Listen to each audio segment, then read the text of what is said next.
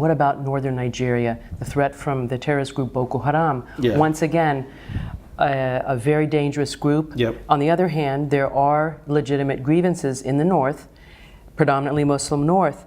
So what role do you think the United States has to play in helping the Nigerian government, which some critics have said has been heavy-handed in the north, and maybe their tactics could backfire in terms of getting greater stability throughout the country and resolving the problem?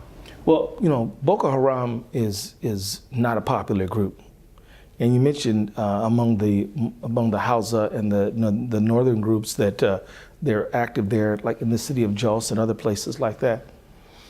But they're not popular because they're extremists. Mainstream Muslims think they're insane.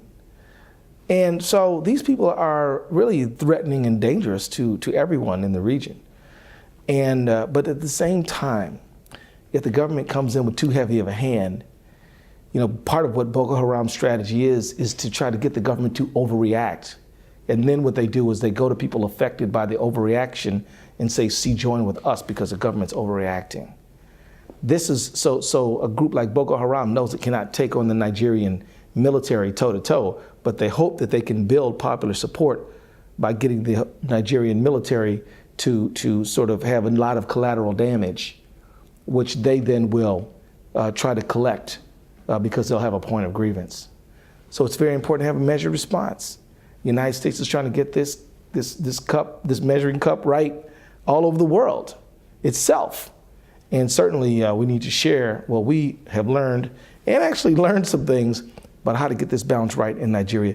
I've long maintained that Nigeria really could be an economic superpower if it could address the issue of corruption and if it could address the issue of regional inclusion. I know they struggle very hard in Nigeria to do that, alternating presidency and vice presidency. They're trying to keep Nigeria together, not big. You know, one in 4 Africans is a Nigerian. Very diverse country in many ways, but still, you know, Boko Haram is a threat, and the United States needs to stand with Nigeria to address that, but then also build popular support against Boko Haram.